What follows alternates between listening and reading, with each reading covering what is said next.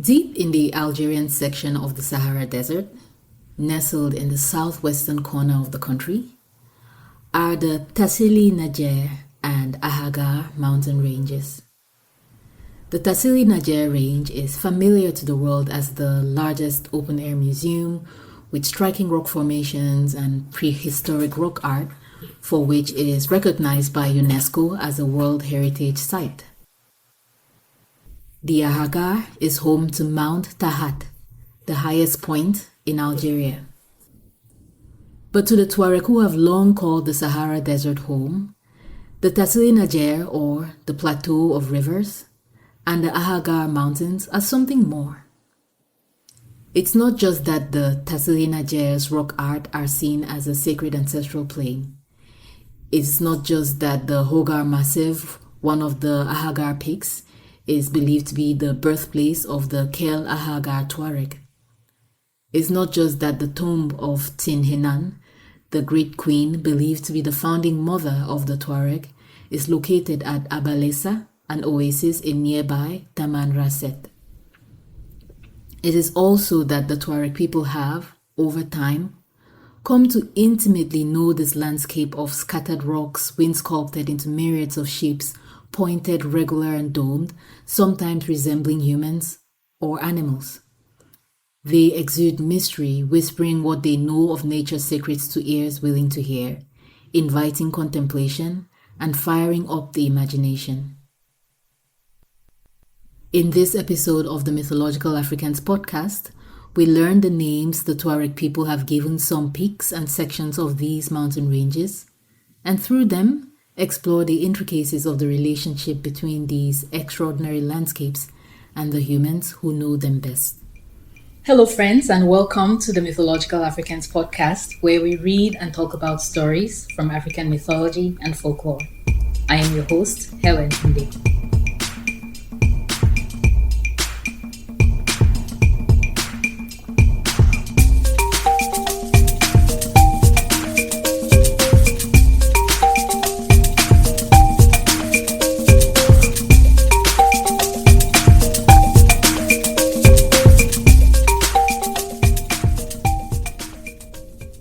At almost 3,000 meters or 10,000 feet, Mount Tahat towers over all peaks in the region. The other mountains gather around it like people eager to listen to the wise words of an elder.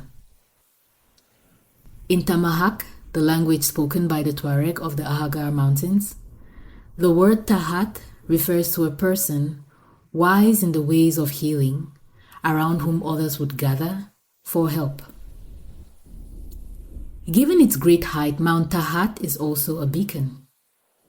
In one legend, during a particularly dry spell, the Tuareg were forced to leave the oasis where they had settled and travel south. As they moved, they saw clouds gathered in the south. This led them to believe that the rains might be forthcoming, and so they sent a young man to ride south and scout the area for signs of wetness.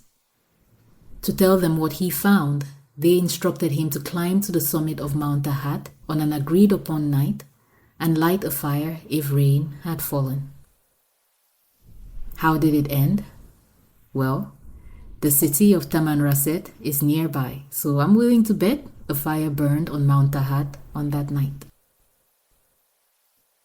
In another legend, a short and thin mountain peak called Ilaman loved another mountain peak called Tuyuyen.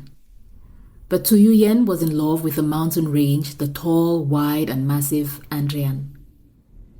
In a rage, Ilaman attacked Andrian, dislocating his shoulder and knocking out one of his teeth. Andrian retaliated by striking Ilaman, hitting so hard he bled. Over time, the blood turned to water, which continues to flow to this day. Upset by all the fighting, Tuyuyen decided to leave the area. But another mountain peak called Ahaggar, also angered by the conflict, wanted to leave too, so it jumped from its place, leaving behind a large pit, and settled 40 kilometers or almost 25 miles away in the middle of the valley, obstructing Tuyuyen's path. This legend explains the name of the Andrian range. The word Andrian is derived from the word Yedrin, referring to a dent or depression in the mountain that makes it look like a row of teeth, one of which is missing.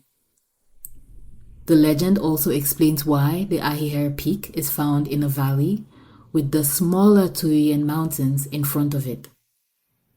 It also explains why there is a pit nearby that collects rainwater, keeping the area verdant with tree groves. Other legends reflect the influence of Islam in the region. In these stories, the mountains are inhabited by lively spirits for whom the name Allah is forbidden.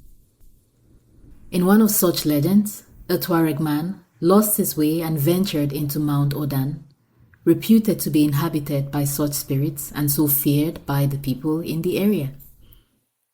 He fell asleep that night exhausted by his wanderings, almost out of his mind with hunger and thirst.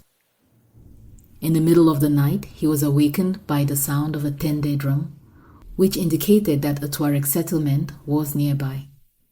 He followed the sound, hoping to find people who would give him food and water. When he found the people, they were indeed in the throes of a great feast. The elders of the tribe welcomed him and invited him to join in their feasting, but they had one condition. He could not mention the forbidden word while eating. The man agreed and sat down to eat.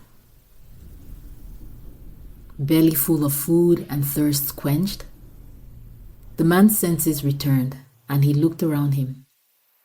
He saw the people. He saw how healthy and fine-looking they were.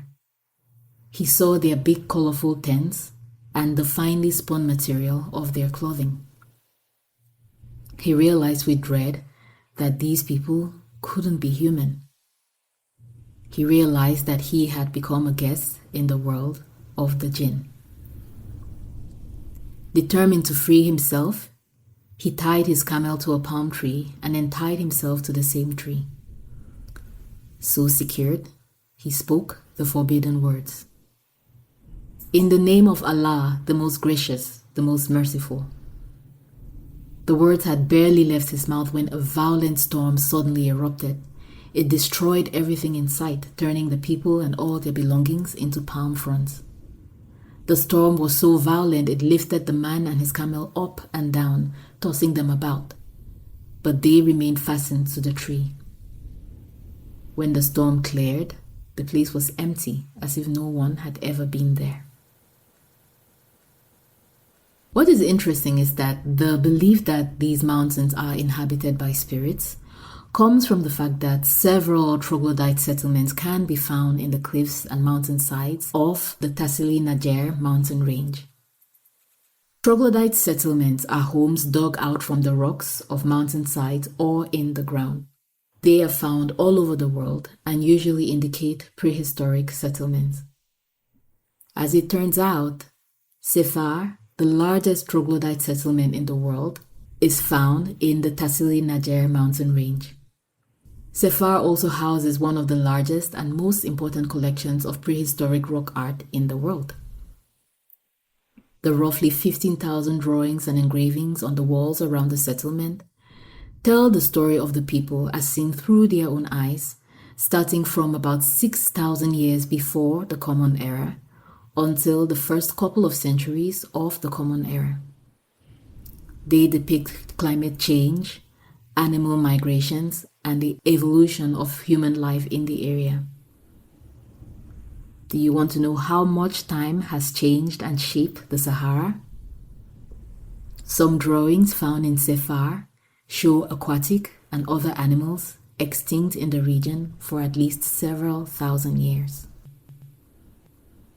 We'll stop here for this week, but as usual, you can check the episode notes for links to references from which you can learn more about the names the Tuareg have given their beloved mountains.